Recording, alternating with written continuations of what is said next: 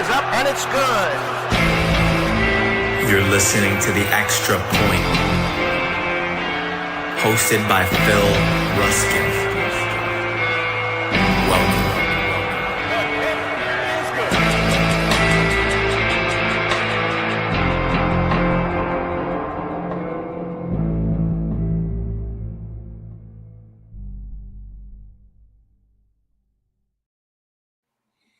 Yo, welcome to another episode of The Extra Point. It's your boy. What's up, dude? With Kendall, I got my guy Kendall with me. Been a minute since we have done a show together. Let's try that again. Let's just try that again. How did week one go for you? Hey, week one was great. Great to watch football. Thursday became Friday night football. I love that. I'm more of an NFL than a college guy. Became like Saturday. Wait, just like a normal do laundry on Saturday. I'm getting used to this football, and then Sunday came, and yeah, no, it was great to watch football. It was nice to look down at the phone, see a whole lot of green bars on Sleeper. The 1-0 Club knows what I'm talking about. It was it was pretty good in the streets. I think we cleared just north of a 70% win rate. So we're feeling very, very good about week one. I was fortunate enough to take in the Niners Seahawks game live, 10 rows off the field in the corner of the end zone where George scored his touchdown before George promptly exited with his hamstring injury. But we won the game, and that's really all I care about. So good week one. Like you, I was also above that 70% threshold. Obviously, you guys know this is a Dynasty show, so we're looking at mostly Dynasty. Kendall and I were talking backstage. It is Tuesday. Tuesday means waiver wires, and I'll be honest, I'm only in a handful of redraft leagues, and thank God I'm only in a few because waivers just drain my energy. But the energy I do have, let's get into this show, Kendall. Look, I know a bunch of people want to know what's going on with the rookies. This is a Dynasty show. We love talking about rookies. We love talking range of outcomes, but it's week one, guys. So we are going to do a rookie check-in after week 4. How are they doing? What's our range of outcomes? Are we trading for anyone? Are we targeting stock up, stock down? That kind of a show. After week 5, and we will start advertising this next week, we are going to do a 12-team single quarterback, no tight end premium, to mirror as many as many leagues as we can. But we're going to do a rookie redraft live on the show because people want to see what, their draft, how it looks now that we've seen these guys. Is there going to be a ton of movement? Some guys after this first week may solidify their spot, others up and down. I just want to say this for 1 second, and then we're going to move on and jump right into the real content of the show tonight. Emeka Egbuka was as advertised. Woo, baby. Sexy. That's all I'm going to say. He's sexy, man. He's just, let's see how it goes in week 2, but he looked good, 2 touchdowns, big target share. Chris Godwin's out for a while. Emeka Egbuka, if you were fortunate enough to draft him in your rookie drafts, enjoy. All right, let's get into this. Kendall and I are going to go through all 4 positions tonight, and we are going to talk Dynasty, of course, as we always do. But it's redraft season. The real season is upon us. So I want to talk about some guys that really we had question marks about coming into the season. And so I think the first thing you need to address, obviously, is what type of a league you're in, 10-team, 12-team. And then, of course, what is your scoring format for the quarterbacks where we are going to start tonight, 4-point versus 6-point. So I think the thing that's probably most important to me is getting some clarity out of some players that we had these big question marks about. And I think, Kendall, this is why we're going to talk about tonight, but I think we got that. I think the player you had the biggest question mark about, and player I certainly had the biggest question mark about, was Justin Fields. And I know this statement, right? Like people say, oh, I need to wait a week to see it. I've said that many times. Here's the problem with waiting. One of 2 things happens. A, price either goes up. B, price is going to go down. So do you really want to be buying that player anyway? I think if you, quote unquote, want to wait a week to see it, hopefully you have some players like this on your roster, and now you feel good coming to the, the setting a lineup, whatever day you're setting a lineup, and getting those guys in your roster. So Justin Fields was QB2 in week 1. He was 16 for 28, which is resulted in 218 and 1. But look, his real value is, of course, in the rushing, and rushing can break fantasy. He had 12 attempts, which resulted in 48 yards and 2 touchdowns. Week 2, he gets Buffalo. I think nothing bad can happen for him for 2 reasons. One, it's either a shootout, or 2, Buffalo's blowing him out and they're going to have to keep up. Either way, Fields is going to have to throw and run. So I think you can safely start him now that you have him. If he's one of those guys in a super flex league that he was your third quarterback and you were hoping that it worked out for him, I think you can start him now. And if he looks good again in week 2, I think he becomes a plug and play. So my question to you really quickly, Kendall, before we move into your quarterback here is Justin Fields' ceiling realistically inside of a QB5 season? Yeah. His ceiling definitely is. I'll take you by your specific letter of the law here and say you're saying QB5. We've pretty much always historically seen, guys like Kyler Murray and just very good rushing quarterbacks, right? Pretty much be able to get inside the top 5 when they're kind of at their ceiling here. Fields being at the upper end of that, rushing spectrum in terms of what he can do. I don't think we think their passing offense has this real he can rush for 1,000 yards and 35 touchdowns. But after seeing what we saw, that's up there, specifically in 4-point passing touchdown leagues too, where the rushing is just such a cheat code. A couple guys can add 15 to 20 here and there, but being able to add 50 rushing yards per game in some instances, and there's 4 quarterbacks that did it. It's just such a cheat code for what it does to your floor ceiling combo that week, and how it kind of just destroys the week in terms of who caught up on the competition and who didn't. So, look, I don't. Jalen Hurts didn't throw for a touchdown, right? Literally didn't throw for a touchdown. That happened. We're seeing stuff like that happen, and it's just rushing that's getting them over the line. Fields was doing fine. I think he had what was his yards per attempt were pretty phenomenal for a guy that we thought wasn't a good passer. So I think he's top 5. It's funny you just brought up Hurts because I actually had him in here. I pulled up some stats. I'll take out his rookie season because he was kind of obviously in and out, but touchdowns, passing 16, 22, 23, 18. But he's always consistently finished inside the top 10 and more recently inside the top 5. So it's the rushing upside for me. So I agree with you. I don't think that Fields needs to throw 30 plus touchdowns. I think he can get there on the basis of 500, 600 rushing yards and 7 to 8 touchdowns. I think puts him in the conversation to be in that top 5. So quick question from Rafi here. Rafi asking, do you think Fields can actually be sustainable this year? In the past, he would put up 2 to 3 really good weeks and then disappear. I think that's what we're talking about right now. I mean, look, consistency is always the biggest challenge for any fantasy football player.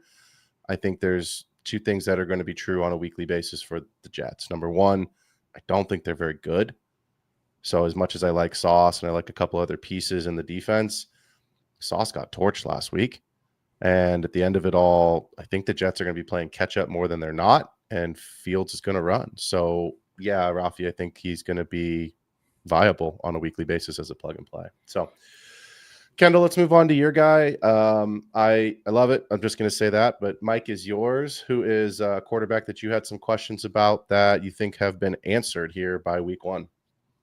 Yeah. So mine's going to be Justin Herbert for sure. Just throwing the love at the guys that I've been a big fan of for a long time. So the guys I'm taking today are I guess probably long-term homer picks, but more specifically, I want to take folks that I had the criteria was at least I had watched pretty much every snap of the game they played and had been following them in the Dynasty streets for, more than a full year and a half off-season cycle. So I've been familiar with the market's underreaction or what have you to the volatile value curve of a Dynasty life cycle here. And, for Herbert's had an interesting ride in recent memory. It's been kind of a steady decline, right? There was not a great year, horrible playoff performance. Then there's the narrative that he loses all of his weapons. Remember that when that was the dominant Justin Herbert narrative of everyone's gone, right? They're all traded away. What's going to happen? QJ's a bust. There wasn't a lot of optimism around a lot of parts of the team. Herbert kind of was the optimism, but he was underperforming, and then he was hurt for kind of an entire year. There was just a lot going on. So his dynasty value, he was at this tier of he had such a name for such a long time that you couldn't quite kick him to like tier 3, 4. He was always just out at the outskirts of tier 2, basically sitting like behind Mahomes and even behind Baker in some camps, if you will, sitting behind guys like Bo Nix. Most people put Bo Nix and Drake May ahead of Justin Herbert in a lot of the rookie drafts that the dynasty startups that I had seen. Right. Yeah. So that was the long-term narrative with Herbert. All of a sudden, week 1 comes and we see a couple things. One, it's pretty clear that to the coaching staff, he is the number 1 weapon for the team. They're going to build the offense around the number 1 weapon, and that's Herbert, right? We all thought as a community that they were going to be run first, super polarizing in just how much they run the ball because of the coaching tree history situation. I think what we see here is, yeah, maybe that was the plan, right? And then their offensive line gets a absolute shotgun taken to it, right? I mean, that's a real big loss that they had before even taking the first real snap.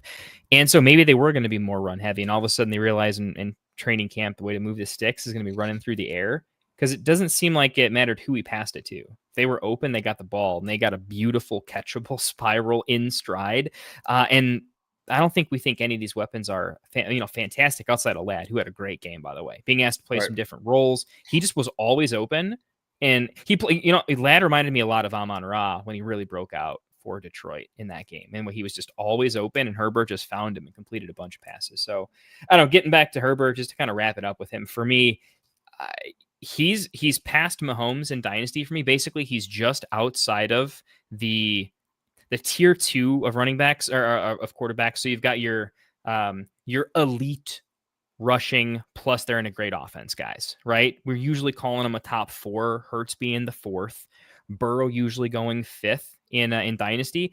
I'm saying right now, who's actually the better offense, the Chargers or Joe Burrow and the Cincinnati Bengals?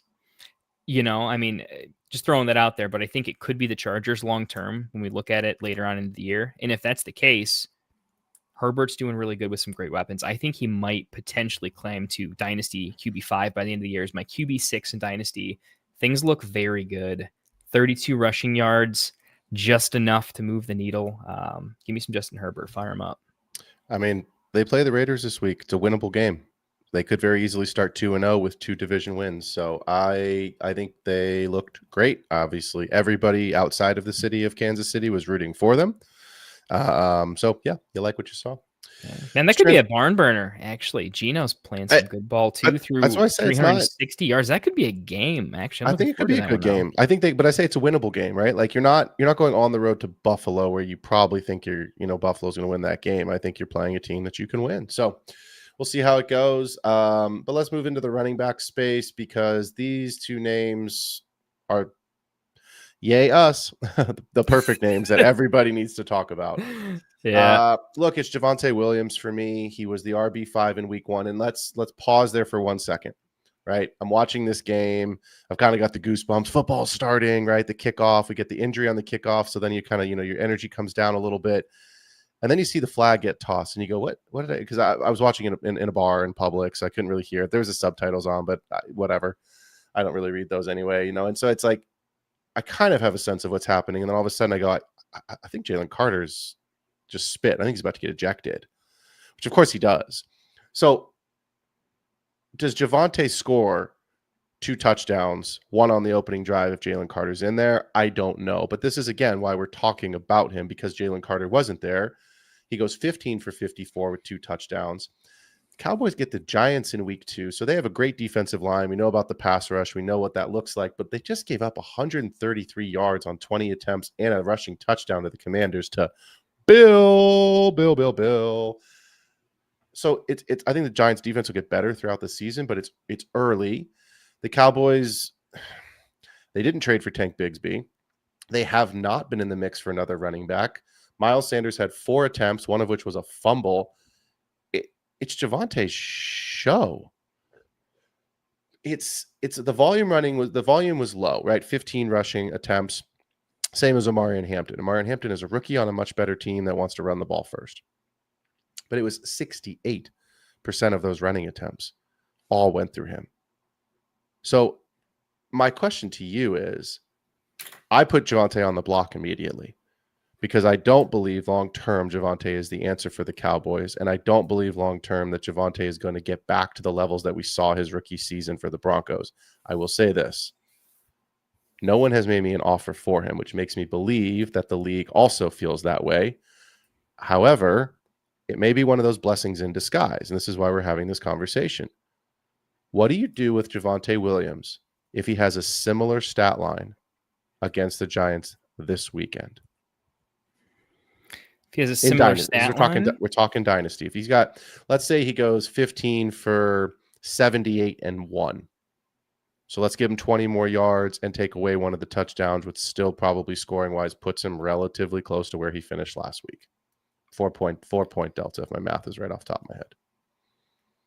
Sure. I think there's two challenges there, right? There is he is an archetype at that point, and probably now, but even specifically at that point where he does this again, another inefficient 2 scores, sort of middling number, good for fantasy, poor when you look at it in the box score, to some extent. Yep.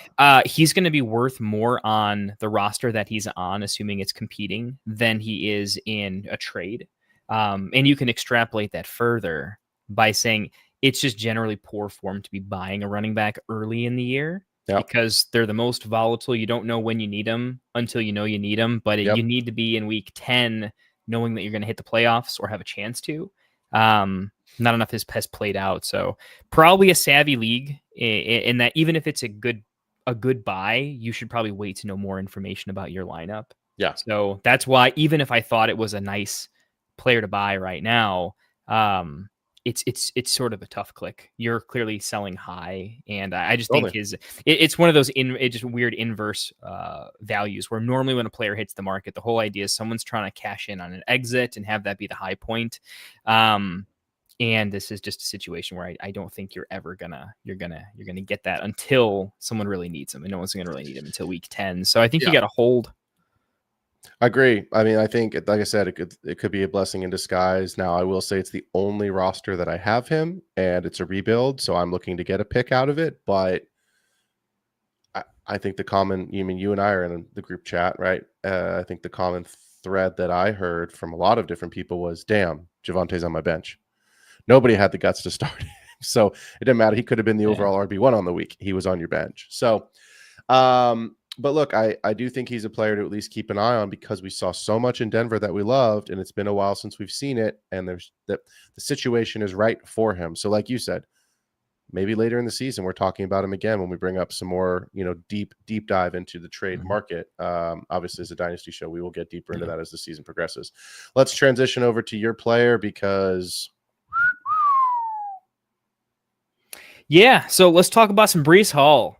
I wanted to talk about him because I think you and we've traded for him in multiple leagues, and we've traded for him during the Breece and Gibbs close neck and neck days, right? Yep. And we said, hey, I believe in this running back, and I'm going to put my wallet, and we bought that, right?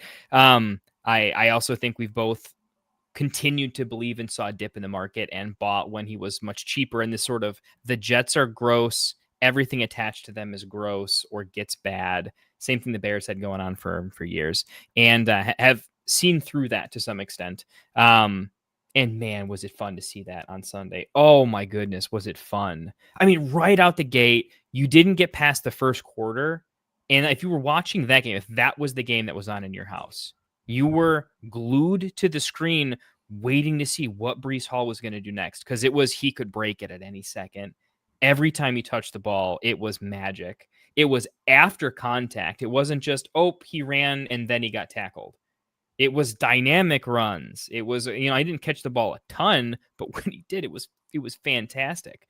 100% of the running back targets and catches, because there were only 4 of them, but he got them, right?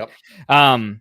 And I mean, my goodness, just looked fantastic. His explosiveness was just on point there. He was moving the chains for him, was doing all the things. Amazing stat line. So 19 carries for 170 yards, 5.63 yards per carry, which is fantastic when you're not breaking off a 60-yarder. I mean, he did have some long ones there, but he was gaining chunk plays and then catching 2 for 4 for 38 yards, right? Just a quick little, adding 5.8 PPR, just toss that in there really quick. I'm in. Here's the thing: we all thought he was going to be a committee back.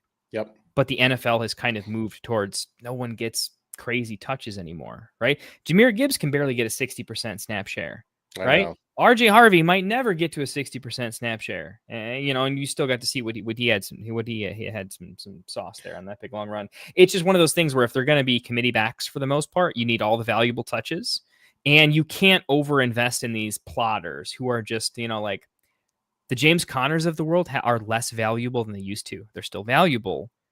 They're in the 3rd and 4th round, not the 2nd round anymore, because you need more dynamic touches in the NFL. That's how modern NFL offenses work. And he got those valuable touches, and he's going to continue to get them. Justin Fields better at quarterback, the potential to actually come back on teams, and I think a chance to definitely do more in the pass game too. Yeah.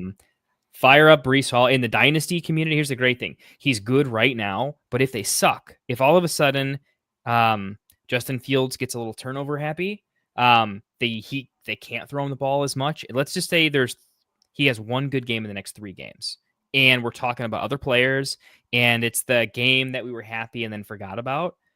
As in the Dynasty community, I'm going to remember because he passed the eye test, not the box score test. He is a good player, clearly removed from injury when he gets traded, and he might not anymore. But if and when he does, I think he's going to be fantastic wherever he goes.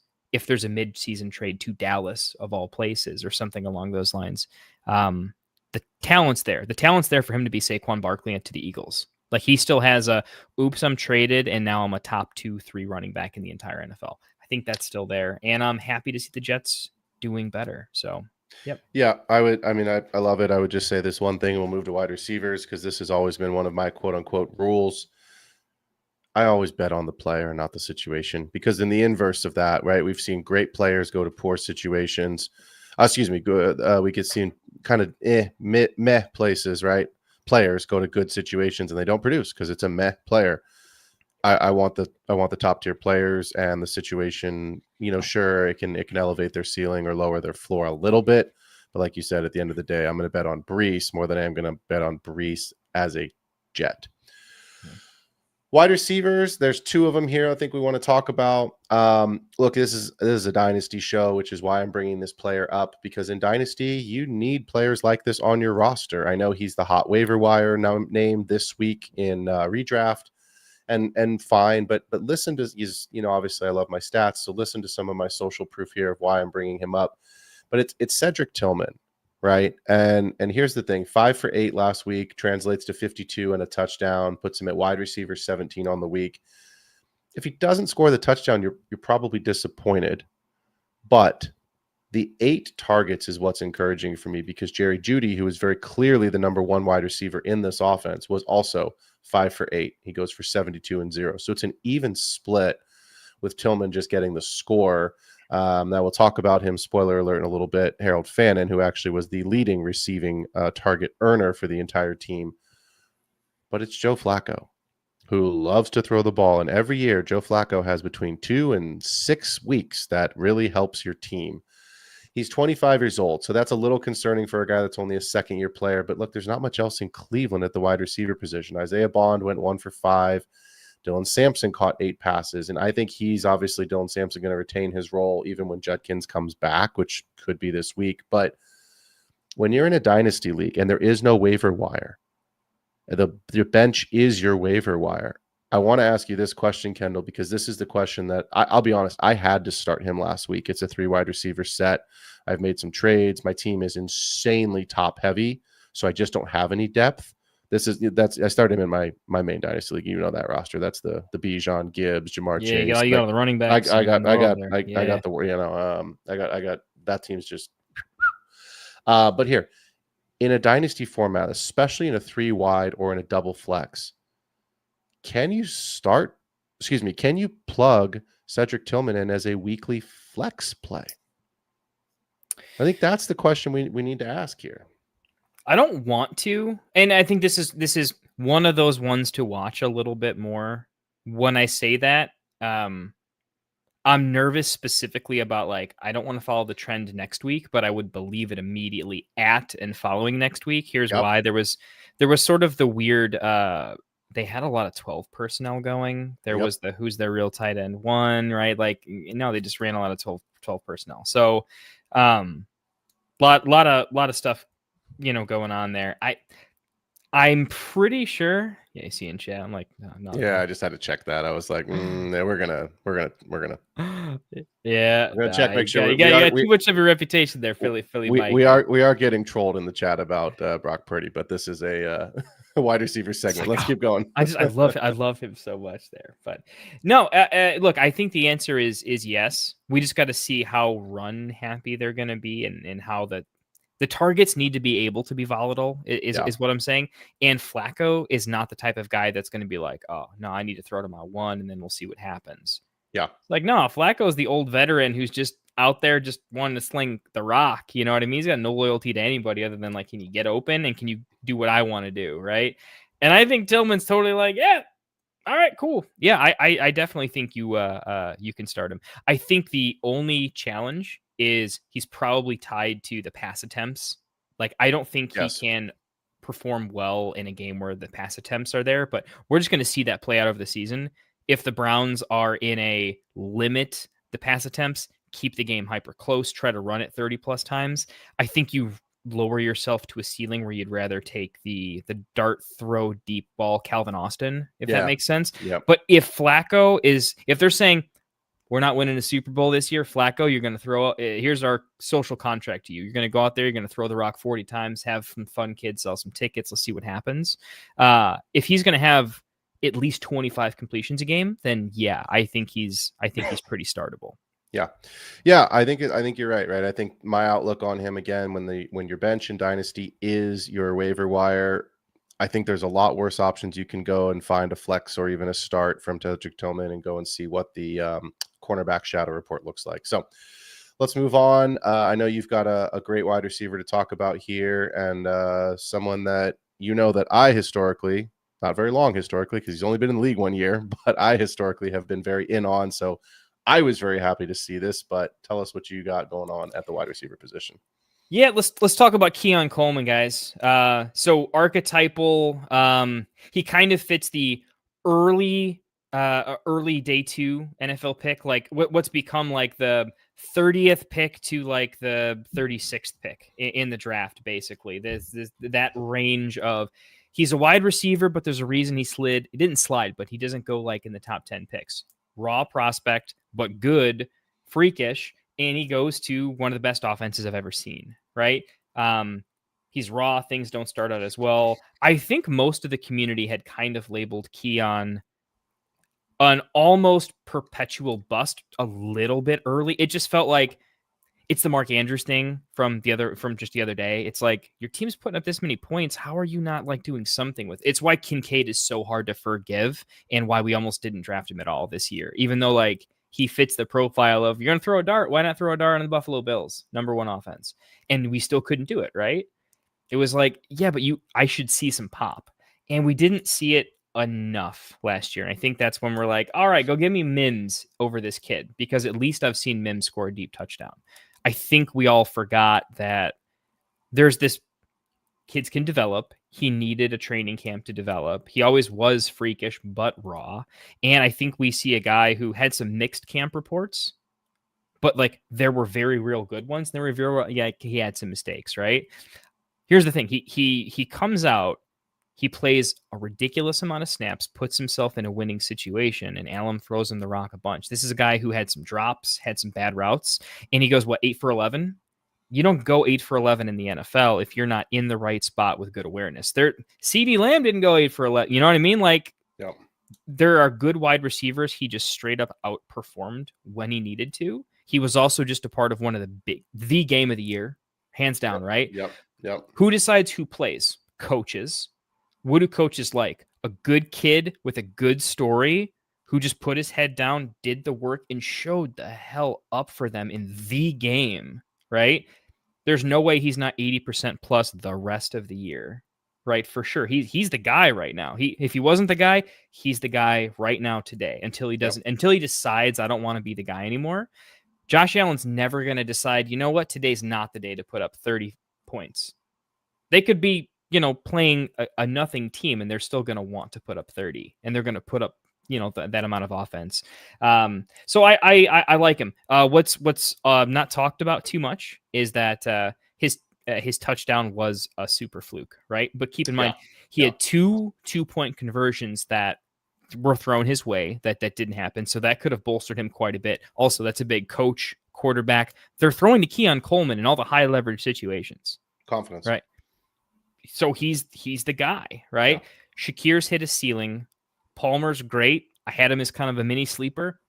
An offense that puts up 400 passing yards a game sometimes. They're all going to eat. But he might be like the stereotypical year 2 breakout kid, just wakes up one day and he's like, I guess I'm the one today. And that's why you took him in a draft. Honestly, you took him in a draft not even because you think he'd be the one. The crazy thing is we drafted him. If you drafted him as a sleeper, your take was probably, Shakir's just kind of and there's a lot of yards to go around. That was the take, right? The take was great offense. He'll be a part of it. The fact is his breakout is actually even bigger than like the upside case that we saw for him. And it was just fortunate for him that the opponent was worthy of a 81 point brawl. So yeah, sign me up. I'm starting him the rest of the year. He's not a must-have starter. I want to see how the offense plays out, but I think he's the guy. I'm in. Well, I'll say this. Just pulled a board. I had the 101 in as a 10-team league, so keep that in mind. No keeper, straight redraft. I got Keon Coleman at the turn in the 11th round in a start 2 wide receivers with double flex. My starting receivers on this team are Jamar Chase, DK Metcalf, Tedoroa McMillan, Devonta Smith, and Jalen Waddle. So Keon Coleman is my wide receiver 6. Whew. So I actually didn't start him last week because of those other names, and it cost me a win. Now, having seen the Dolphins, Waddle's going on my bench for sure, and now I'm taking a real hard look this week at some matchups with Tedoroa McMillan, Devonta Smith, and I'm very seriously considering Keon Coleman above both of them. So perfect timing here as we will get into a super chat from Nino Pena before we get into the tight ends. Nino, appreciate you being a fan of the show and appreciate the super chat here. Nino would like to know, I'm assuming this is a trade question. Nino, if you are still here, can you give us the league size and the format, please? That would be helpful, half or full PPR. But he wants to know Gibbs plus AJ. I'm assuming that's AJ Brown plus Monty. So basically both Detroit running backs and AJ Brown, or Tracy for I see. Monty or Tracy, one of the Monty two. or Tracy, one of the two for Jamar Chase, Etienne, and Pollard. Ooh. I think the format makes a difference here. You think the PPR, you talking about 3 wide receiver? I'm talking about 3 wide receiver. Etienne, Pollard. Ooh. Oh. I got to do like some trade math here. 12-man, full PPR, 1 quarterback, 2 runners, 3 receivers, double flex. Just standard competitive deep with the 3 and 2. Yeah. I'm trying to figure out like Jamar's total value, even just discounting Etienne and Pollard in like just pure trade currency versus Gibbs. It's like AJ's the weird one because AJ used to be AJ Brown, and now I know after week 1 and an off season in last season, like how much can you go get AJ Brown? We're starting to talk about AJ Brown because his value has fallen so much to where we're like, well, don't we buy him then if he's so cheap? But he has to get so cheap to have that conversation. No, is anyone paying a first rounder for him anymore? No, I wouldn't. Right, because he was basically 2 late firsts. Now he's barely like, okay, if you're contending and you know your team is gonna make the finals because that's how confident you are, you're still like, okay, I guess I'll buy AJ Brown. So AJ Brown's worth a late first at best. Oh, this changes it for me.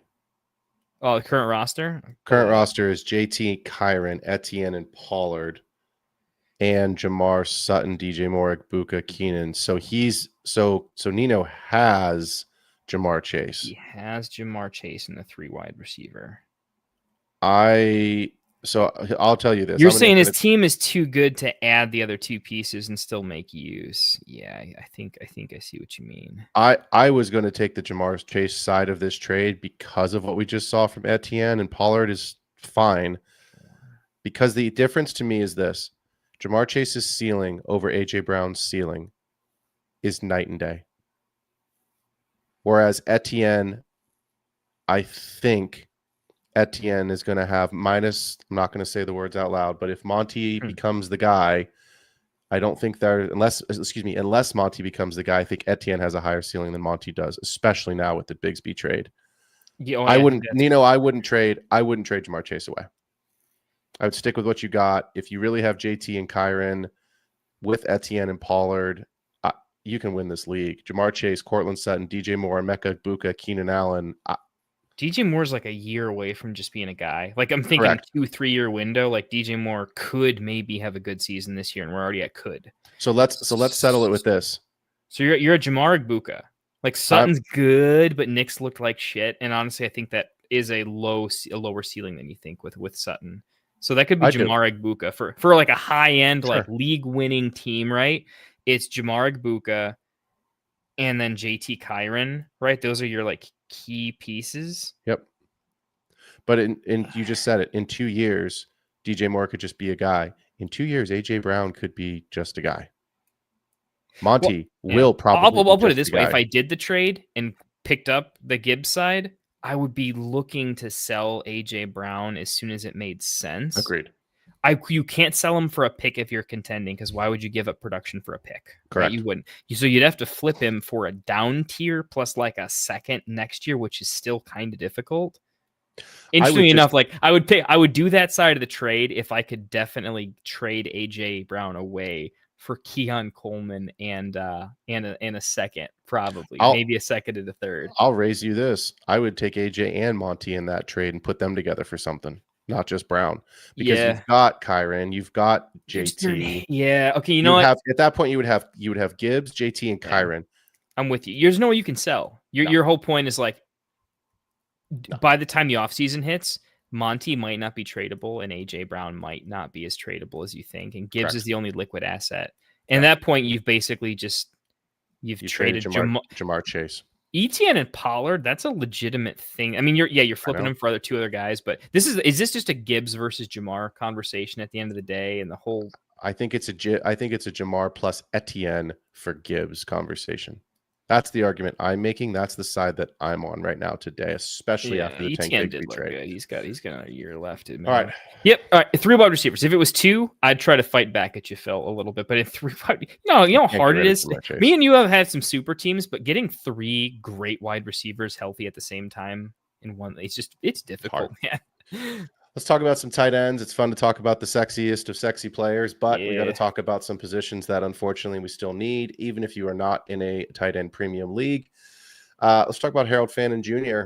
He was 7 for 9, 63 yards, no touchdown, but he did leave emphasis on all Cleveland pass catchers in targets. Like you said earlier, going to be more 12 personnel, and Njoku was still involved. But look, Harold Fannin Jr. in Dynasty is probably on your taxi squad. He literally is on 9 of you places. Yeah, I don't think he's on your waiver wire, and if he is, go check and get his ass immediately. But I don't think that he is. I think it's more likely than not he's on your taxi squad. So if you lost George Kittle this week, or if you are just sick and tired of Mark Andrews, I would go try and actually trade for Fannin, because here's why. I don't think the price is going to go down. I think it's going to go up. We just talked about it. Flacco, there's not a huge target earner on there. If Jerry Jeudy and Cedric Tillman, it's only been 1 week, but Flacco, you said it a couple minutes ago, Kendall, Flacco has no loyalty to these receivers. Flacco's there to just do a job until they can figure out if Shador, Dylan Gabriel. See, I can't remember the freaking kid's name. He has 2 first names. That's the parents' fault. That's what gets me in judgment there. But if Dylan Gabriel and Shador Sanders have anything, right? But the reality is that the Browns should have beaten the Bengals, and they didn't. It's probably another Browns season where if Myles Garrett misses time, they're picking early again, and they're probably picking another freaking quarterback. So I think Harold Fannin's range of outcomes is again, this isn't, take this with a grain of salt because it is what it is, but I think his range of outcomes is a top 8 tight end season. Now, that's not good unless you're finishing in the top 3, but we've seen veterans who are established, who have contracts that are not on rookie deals, finish inside the top 8, and they're not usable. We don't want them, right? Oh, excuse me, finish outside of the top 8. Some of them finish outside the top 12. Dallas Goedert, I think, was tight end 13. Kate On, it was Kate On. I just looked at it. Kate On was tight end 13 last year and has his best year of his career. That's not going to win you anything. So I would start with 2/3 for Harold Fannin. It'll probably get kicked back to you. But I think if you could get him for 2/3, it's a smash deal. My question to you really quickly, sort of a yes/no, is would you offer a mid second, not a late second, because I would do it for a late second. But if you're a middle of the table team, you're in that like 5 to 8 range of your league, 12-team league, I wouldn't do it for an early second. I think the value's so, though. That's my question. The answer to both is no, but because it's a stylistic mistake this time of the year. The idea is, what owner of the now productive Fannin, right?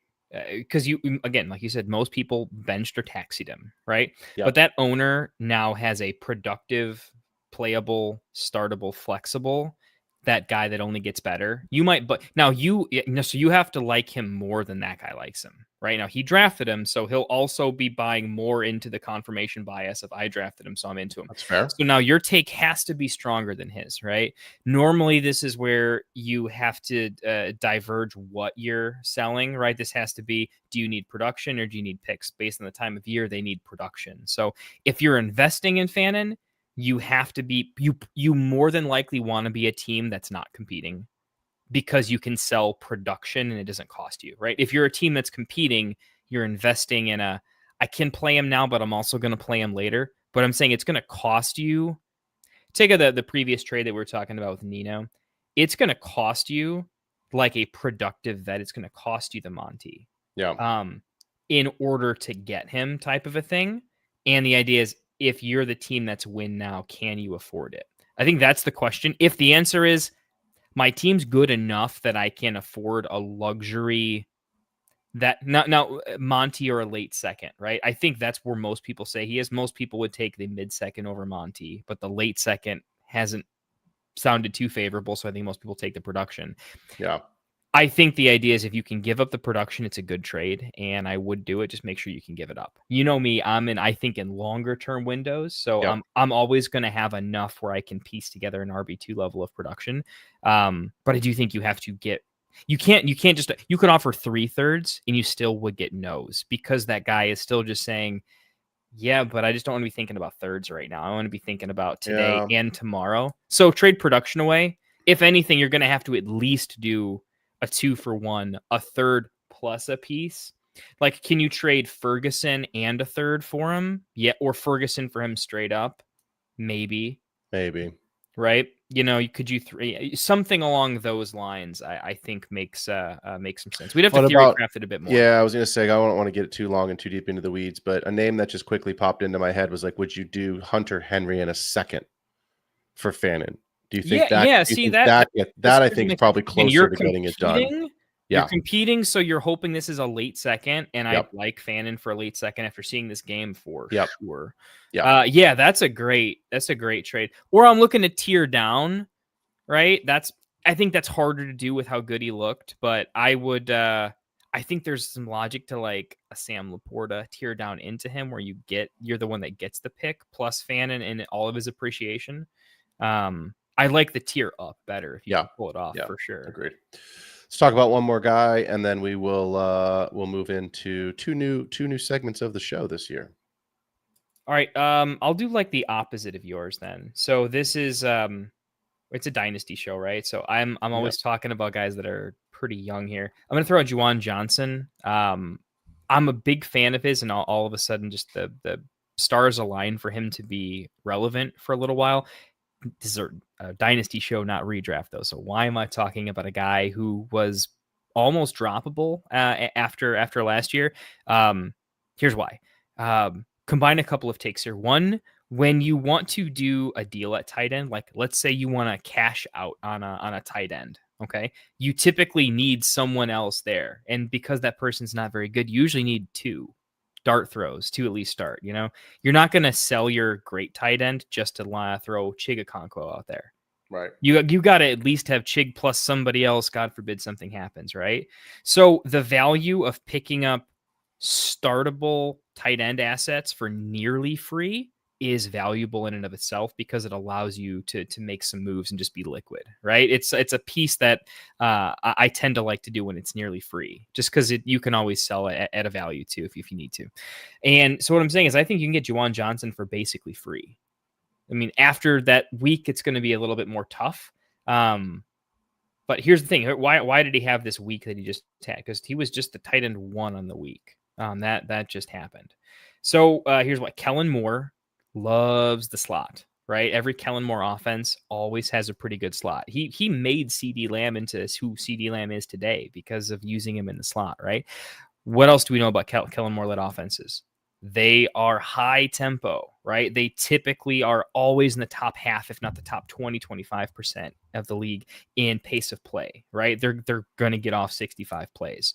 So Kellen Moore likes the slot. Kellen Moore likes to play a lot of snaps. That's way more throws than I thought. What's his face? Well, Spencer Rattler. Did you think Spencer Rattler was going to throw 45 balls? I didn't think Spencer Rattler was going to be in the game for 100% of the snaps. I thought they were going to rotate quarterbacks. So no, yeah. I mean it's chaos down there. So you've got and so here's the thing: you've got a converted wide receiver who became tight end, right?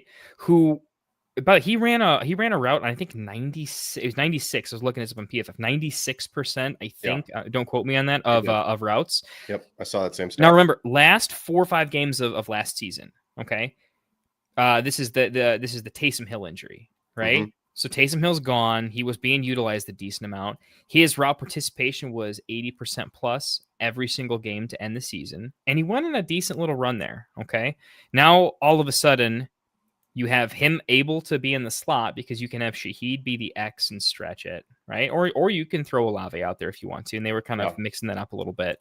So when you combine that, basically you have a converted wide receiver in your slot in a team that's projected to lose every single game this season, right? Yep. You tell him, and that's tight end. So you get the oops, I fell into the end zone because we have to. You also get the over the middle of the field because no one else is open, and how many hospital balls can we really afford to throw Olave in a year we're throwing away, right? Mm-hmm. Probably not too many. This is a tight end who's completely garbage, throwaway. You can buy him for any third ever, and I think that's an overpay, right? You can probably do a 3-4 swap if you wanted to, and I think those are close enough in value that I would probably do that. Okay. And you're going to get a lot of 8 to 10 target games. They're going to be a lot of 6-7 catch for 55 yards. You're not going to see some huge games. But that is massive at tight end outside of the oops, I fell into the end zone, right? He scored more fantasy points than Kincaid, who did fall into the end zone. So for me, it's a bet on Kellen Moore. The team will be playing from behind. They just paid him to be the tight end for at least the next 2 years. They gave him the bag for 3 years, right? But you're going to draft a rookie next year or the next year who will 100%. Take a year to develop. But I'm saying, and this is Dynasty, he's going to be the guy on a losing team for the next 2 years with an offensive system that's designed to use the slot and doesn't have other weapons and probably needs to use its top picks on probably quarterbacks, right? Yeah, I mean, don't forget the cap situation. I mean, that's the caveat. That's the silver spoon, right? The cap situation in New Orleans is atrocious. So if you can get 2 years out of Johnson and go focus elsewhere, I love it. So well done, Kendall. Those are our players that we would like to talk about. New segment coming here to the show tonight. Kendall, if you want to, you can time me on this. I want to see how I do. But this is called the 2-minute drill. And I'm going to go through 4 things that I am looking for here in week 2, because it's very possible we are talking about some of these players next week. So 2-minute drill, 4 things I'm looking for. Number 1, of course, the most obvious, Kinshawn Judkins. If he plays, what does it look like? I am not expecting a flex-worthy start this week, but does he look explosive? What is the pass-catching role? Because Dylan Sampson caught 8 balls. What is his straight line speed? And is this a preview of what we can expect, or is he going to ramp up slowly into his role? I'm looking at the Houston Texans this week. They looked bad. The offensive line was a mess, and it wasn't just that the Rams defense was good. CJ Stroud looked like Patrick Mahomes running for his life in that Super Bowl. So what is that impact going to be on Nico? What is that impact going to be, more importantly, on Jaden Higgins? Because we are expecting a breakout for Jaden Higgins. So they're playing Tampa this week. That's a good pass rush. Vita Vea is a run stuffer. I do think they're going to have to throw the ball. So I need to see what that looks like for Nico, obviously being established, but for Jaden Higgins, obviously we really want to see as a rookie. This category is called sustainability in week 1 stars. I am looking at Zay Flowers, obviously wide receiver on number 1 overall on the week, but does he stay hot? We know that Baltimore can be a very run-heavy team. They do pass a ton, but it historically has been spread around. So what does Flowers look like? We talked about Keon Coleman tonight, had a huge breakout performance in week 1. The targets should be there again, but will he be this is what I'm really looking for. Is he the focal point in the red zone area, and are the touchdowns going to start to flow his way? Because I believe in Keon Coleman. I've always believed in Keon Coleman. If he has an outlier touchdown season, he is a sneaky top 12 finisher, certainly a wide receiver 2 on the year. Travis Etienne, we talked about the trade of Tank Bigsby briefly, but I believe that firmly cements his RB1 status, and it should cement his majority snap percentage over Bashal Tutin. Daniel Jones, I can't believe he's on this show sheet, but we have to at least pay attention, because does he stay hot and become stream worthy? And number 2, is he a starter for you in Superflex leagues? I can't believe I just said that, but we have to find ways to win, guys. This show is about winning you championships, and it doesn't always have to be sexy. We need to win championships. So is it back to Daniel Jones, or is it Daniel Jones? Kyle Pitts went 7 for 8, 50 yards, no touchdowns, but he looked better. Mooney missed week 1. Does he play in week 2? And what does Kyle Pitts' target share look like? And finally, my Eagles wide receivers, A.J. Brown, 1 target, 8 yards, which came in the fourth quarter. He probably lost you the week. Devonta Smith was 3 for 3 for 16 yards, no touchdown. They're playing Kansas City in week 3 with a great defense. The game's in KC. Of course, it's a revenge game for the Super Bowl loss, so do not expect another repeat blowout performance. What does a target share look like? And is this another game where Hurts takes the touchdowns, or does Goddard or Dotson get a receiving touchdown, which kills the Eagles wide receivers?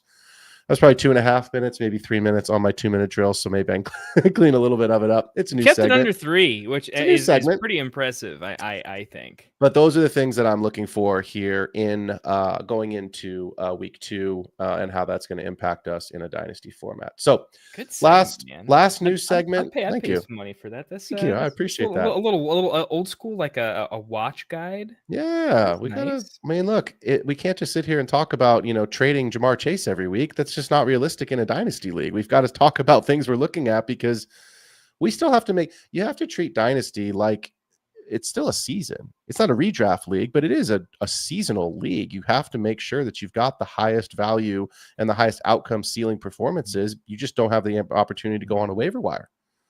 Your bench is your waiver wire. You got to stream from it. So this is a silly thing. I never thought I would say this sentence, but it is very possible. Let's just say you have a massively incredible wide receiver room. Some people do. I would seriously consider not starting A.J. Brown if it looks like this again. He's going to get 1 target. You and I were talking backstage about, can you drop in redraft? Can you drop Mark Andrews? And we both said yes. I was putting in my couple of leagues, I was putting waiver claims in right before this show, and I asked you a couple of different names to drop Mark Andrews to grab guys off of the waiver wire. No one 2 years ago would have. I would have been laughed out of this podcast if you had said, "Yeah, sure, you could drop Mark Andrews." You would have thought I was crazy. So you still have to treat Dynasty as a seasonal league, because it is. Last new segment, Kendall, and you are the feature of this one this week. This is the extra point. We're going to do trade of the week as our extra point, and I want to talk about a trade that you did in one of our leagues here. You traded to acquire Travis Hunter, sending away Brashard Smith, Isaac Tesla, and a 2026 first-round pick. Not my own. Talk us through it. Okay, so the premise of the trade, I was trying to push my team in one of 2 directions. Either I wanted, the auction did not go, I didn't really plan it a lot. Actually, I had a lot going on, and I didn't I strategized for a little bit, and then I didn't really finish a lot of my sheets. So it went very averse to what I normally like to do with my auction. So I'm like, all right, I already hate the team. Let's win in the draft and in the trade market with a bunch of really competitive folks. I know I'm not going to like rob anybody. That's not going to happen, right? But I'm going to have to find divergent values where I'm just a lot higher and willing to like die on that hill higher. I need to find someone that I can be right on, someone that I can say, this guy's a 2 first round picks guy, but they're going for one. You got to be able to flag plant and that kind of stuff, right? My team is also looking probably more like I want to do. And it's how I often play Dynasty. I want to do that year 0, year 1 rebuild where I sell a couple studs that I like now, but I don't love forever, or tear down a little bit. We spend so much time, we're Dynasty guys in the draft and really nailing picks and using draft picks in a max 3+ year window value way, right? So we're over the course of a long time just accruing picks. You can just spin picks up in value infinitely. I can sell. Right. I can sell a late second for a random second the following year almost every time. Right. And you can create infinite value if you play for infinite years that way. So here's the strategy. I didn't use my pick because I tiered someone up on Patrick Mahomes. I traded him for CJ Stroud, got some picks. Right. So I think he's going to have a better year. His team was already looking good, and I think he was making moves where his team was probably going to continue to get at least moderately better. So I'm projecting him as safely as not a late first, but I'm just going to say second half. It's a 12-team league, so I don't think it'll be any earlier than the 107.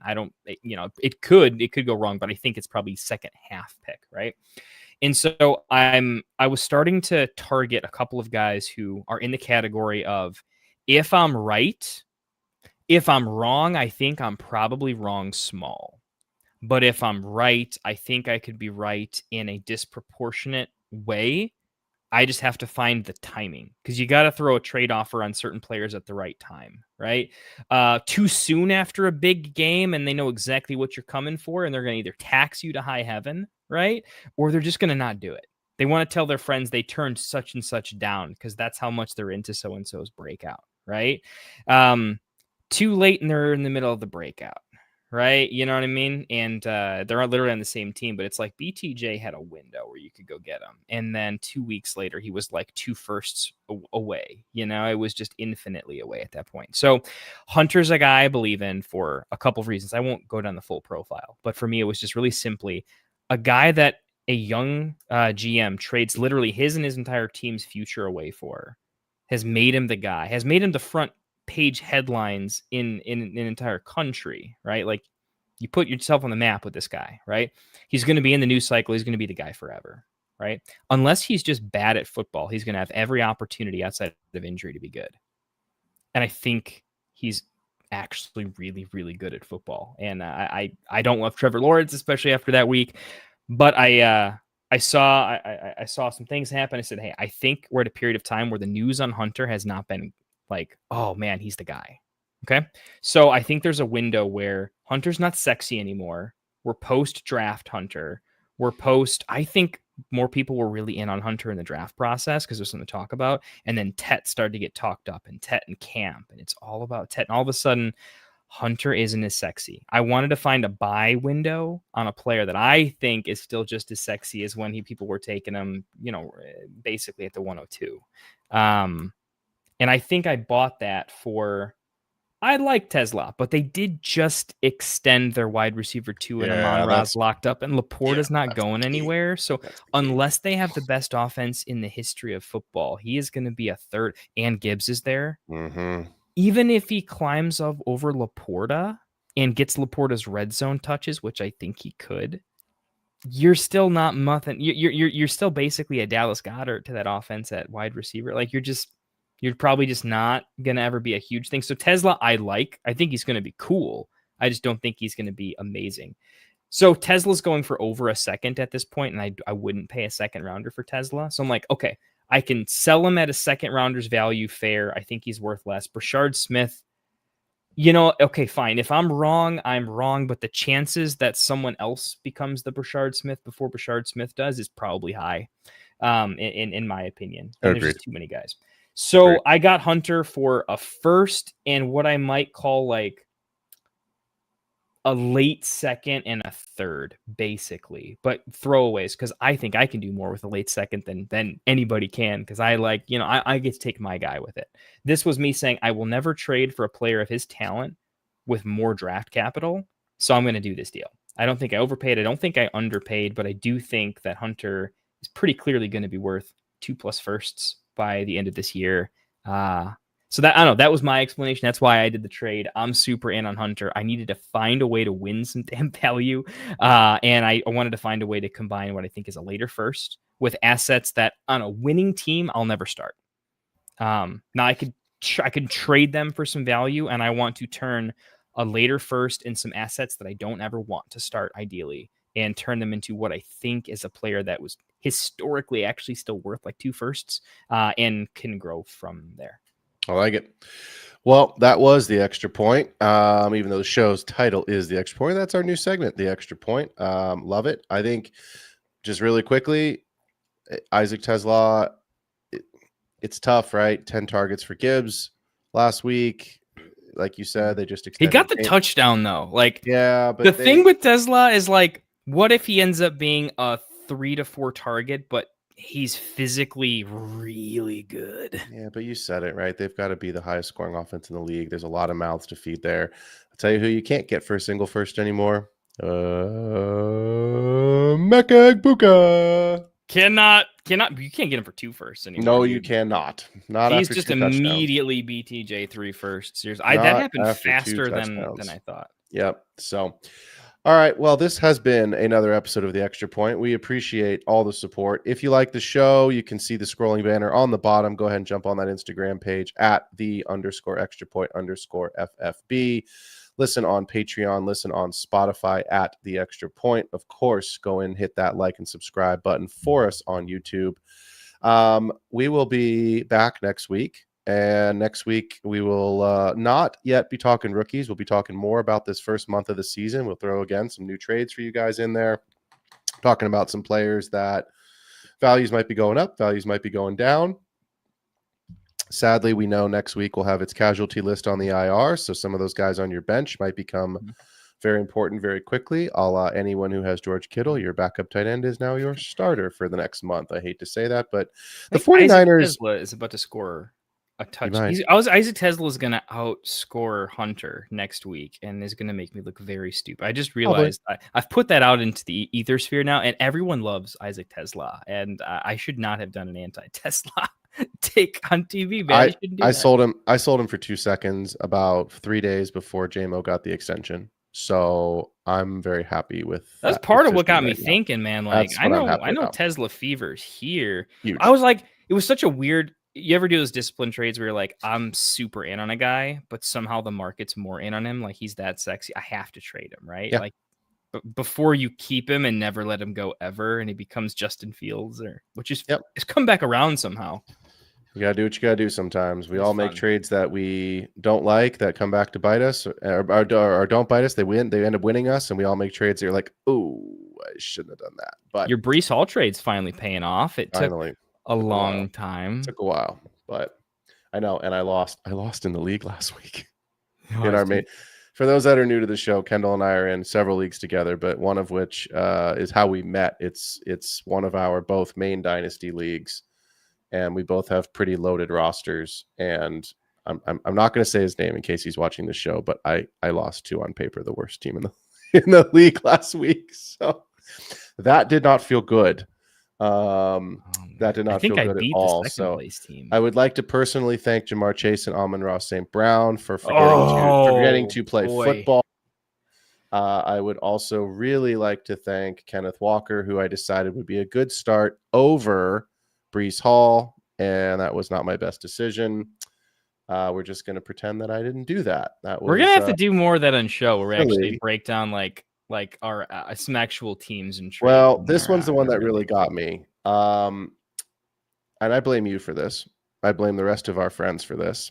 Oh, Cortland Sutton or Zay Flowers. I specifically put that in the group chat on Sunday, and it was unanimous. Cortland I Sutton. never responded. Fine, then it wasn't your fault. It was Mike and Rasta and Tycoon Normally, and Anthony. okay. Anthony's in this chat. I'm mad at him because Normally, if it's important, you'll at me and you'll say, That's guys, true. I appreciate it, but I need to be right. So, Kendall, Well, I need to ask you. You did that last time, but it definitely saved to your be butt. fair, Cortland Sutton was 61 and a touchdown. So it's not like he shit the bed. It wasn't a bad start. It just Dude, was I that felt bad Zay Flowers that was the come wide back. receiver one on the week. I was so going to say Flowers. I'm sorry, okay. but I feel like I owe you something for that. Yeah, you owe me a win. So when I play you, just start a couple guys that you shouldn't. No, I'm kidding. But all right, guys, we could go on all night. But we appreciate you all being here. Of course, again, if you like the show, please help us out, like and subscribe. Get in the Make sure Discord. you are coming back to our main show, Get Right Fantasy Network, on Friday night. We will have all of the matchups, breakdowns, sit-start advice. Of course, we will have that as well Sunday live with Mike as he gets you ready for kickoff. Kendall is throwing our Discord into the chat. Please join and engage with us there. If you do have questions for the show, if you want us to answer anything, we have super chats, but Discord is a great place to get our advice. And if we love your question and we think it's going to create some good content opportunities, we may even feature it on a show instead of just answering it directly in the chat through the Discord channel as well. So have a wonderful night. Everybody get ready for one big deep breath tomorrow, because then it is Washington at the Green Bay Packers. And we're back to week 2. Kendall, we're ready to rock and roll. That could actually be a scary good game, man. Should be game of the week. We'll see how it goes. But for myself, Phil Ruskin, host of the Extra Point, all of us here at the Get Right Fantasy Network, thanks for joining the show. We out. Wanted to write fantasy is the play. Marking nothing, but I tune in every Friday. Strategies provided, I will lock in every way. So go and roll your sleeves up. Yeah, go and roll your sleeves up. Yeah, losing in the Hall of Fame by 7 points to Mike sucked. Like, really sucked. That was brutal, man. I have Your already team made looks so good. I've already made the adjustments. Brees Hall's back in the lineup, and Zay Flowers is going back in the lineup as well. So yeah, because dude, there's like almost no way we don't meet in the finals with how I just put the Tyreek lineups Hill on the look. bench, Pacheco's on the bench, KW3's on the bench, Nick Chubb's on the bench. I put Bill Krosky on the bench because of Green Bay's defense. Like, I need to just roll with what I got here. So, and who do I play this week? I don't know. Let's figure it out. At least you do have Bill though. That is pretty cool. Yeah, I got him for $0 too. I play CD Brees Lamb. and I play Silver Zayn. Dollar. CD Lamb dunks. Drake May, Bo Nix, Travion, Aaron Jones. Drake London. He may not play. That's sad, but good for me. AJ Brown. Who the fuck knows? I was gonna bring that up. I actually scouted that out, and I'm like, you got the guy. You dodged Drake London. Like, that's nasty. I might have dodged him and AJ. We'll see what AJ Brown looks like, but I might have dodged them both. McBride, Harvey, and Njoku. Yeah. Well, if you'd asked me last week, I would have said I was a shoe-in to win, and I lost. So that's how fantasy goes. But hopefully I win this week and get back on track. You should. Well, I win mean, too. Dak. Oh, you're playing Mike. Dak shit the bed too. So, yeah, Dak like, had a shitty night. So yeah, that's probably anyway. just an average game for CMC. That's probably just. I mean, at the end of the day, that's an average game for Lamar. I mean, he had less than 20 completions, 200. I mean, that's just a Lamar. I mean, this week with Lamar, it's with Christian with no George. I mean, I don't know how. Put it this way: if Christian McCaffrey, we've said it before, I think it's an even higher percentage chance now without George that if McCaffrey stays healthy, I think he has to finish as the RB1 if he's healthy. I don't see how he can't. Yeah, like who? Guy, I mean, him and Gibbs had 10 targets. Who can outscore him? Gibbs, Bijan, maybe. But even they have Monty and Algiers. Like, Christian has, I mean, B-Rob, I was at the game. I watched B-Rob come and play. First of all, B-Rob's a lot taller than I thought he was. He's like very upright. He runs very vertically. I've never seen him run in person. Obviously, I've only ever seen him run on TV. He just didn't. Put it this way: if I didn't know it was B-Rob, I wouldn't have known. Like, there's certain guys you're like, oh, I can tell who. Like, like, oh, that's Tyler. Like who Zach Charbonnet is if he was running. Yeah, you can tell. But I couldn't. Anyway, I mean, obviously I knew it was B-Rob, but I was just like, interesting. Man, I forgot you had McCaffrey. Yeah, my memory of that was just like I felt terrible about the trade, and now McCaffrey looks like he's gonna be the RB1, and if you win this year, it's probably because Lamar is the number one QB and McCaffrey is the number one running back and Jamar Chase is the number one wide receiver, and you triple crown into it's hard to beat 120 points across 3 players. I will gladly take losing week 1 if it means I win a ring in week 17. So, all right, let's talk about making your team better here, though. I mean, this is so like, if I'm gonna wear the crown, I actually do want to go through you and I want to beat you, but I want to beat you while your team is looking absolutely at its best. Because I think there'll be no better victory than like, this is the toughest opponent I'll ever fucking play ever. Whoever wins that battle should that should be a day. But what are you doing about tight end here, man? Like, feels great that the Bills are looking good and Kincaid's better, but at the same time, your lineup is absolutely stupid good, and you're gonna have too much value on your bench to still be starting Kincaid. And I don't have any other choice right now, though. It's him and Freiermuth. I mean, who's doing it in the trade market for you right now, man? You gotta have something out there, right? I mean, problem is that as well as I do, not everyone's an equal trading partner. You can't go get Tyler Warren. You can't go get George Kittle. I tried really hard to trade for George Kittle this offseason, even with having McCaffrey, and he wouldn't do it. You don't get a chance to get Trey McBride, and you can't get Bowers. And I offered a lot for McBride, too. I offered a fuck. Well, I mean, you have Bowers, and you're not giving Bowers up. Nobody would give Bowers up. So it's like, who am I really trading up into if I can't get those guys? Like, I get it. Kincaid's not the tight end 5. Here's what you do. But, like, who is? Well, interestingly enough, in this league, I feel like Fannon's a decent enough target. He's in the consideration of, like, we need to go after multiple. Have you tried to go after Likely on the upshot that, like, when he comes back, he's, like, the dude? Yeah. But he just lost George Kittle. So what am I giving up? Okay, what am I giving up to get Likely? He has Taysom Hill, Elijah Arroyo, and Likely. So it's you go trade for Kittle now.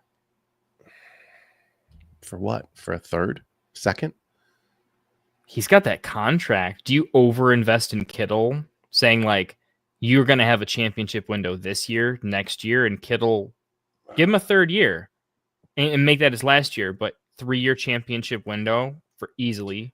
I mean, I'd have to trade. You're going to have Kittle. I'd have to trade your second because it's a late second. I would rather have mine to control my own destiny, and then I have P. Milne's, and P. Milne, I'm pretty sure, was a playoff team last year. I think he was in the top 4. So I have 3 late seconds. Russell Wilson, Baker Mayfield, Caleb, Shedeur Sanders, Chase Brown. I mean, can you throw Kincaid? Like, this is top price. I'm saying, like, maybe you throw him Kincaid a second and a third for Kittle, but if I'm him, I would just ride it out, right? But Kincaid in 2 seconds, you're really making him go there with like, dude, if I don't win this year, I should take the 2 seconds in Kincaid. I probably should. If I know in my heart I'm not winning. If George Kittle was healthy, yes, I would make that trade. But here's the thing. It's a hamstring. It could be 6 weeks before he's back. 8 weeks. Well, also not everyone's us, and some people will just be like, dude, he's injured. I literally don't have a good backup. I mean, likely. Do you just throw him Kincaid in a single second and see if he's like, oh, Bill's tight end plus a pick, I'm in? And would you do that? Kincaid in a single second for Kittle? I would trade him. In all honesty, I would trade him one of my running backs or one of my wide receivers straight up for Likely. That's what I would do. Oh, yeah. Oh, yeah. Start flipping stuff. You've got guys that have some names. I have some names and guys that don't, that aren't. Like, would you trade? Like, Mims is still a name. Mims, you probably should sell Mims while he's still, like, you could be like an angry Mims owner who's like, fuck him. I'm out on Knicks or whatever. I mean, one bad game people could buy. But like, the name I was looking at was Demario Douglas. Yeah, I mean, I don't think he has much in the trade market. But that's what I'm saying. Compared to Mims, but I'm saying Douglas is almost at the, like, people aren't going to give you a third for him, so they're going to value him at probably a 4th, which isn't going to move the needle on any reasonable player. So I might as well keep him at a 4th round evaluation, right? Unless you were selling him for a pure pick. Just want to see, like, Likely. Would you take Likely or Kincaid straight up? Well, like at this point, like that's one of those I wouldn't overpay for likely Oh when my I gosh, already have Kendall, like I forgot to end the stream. We're having this whole conversation on the stream. a... Whoops.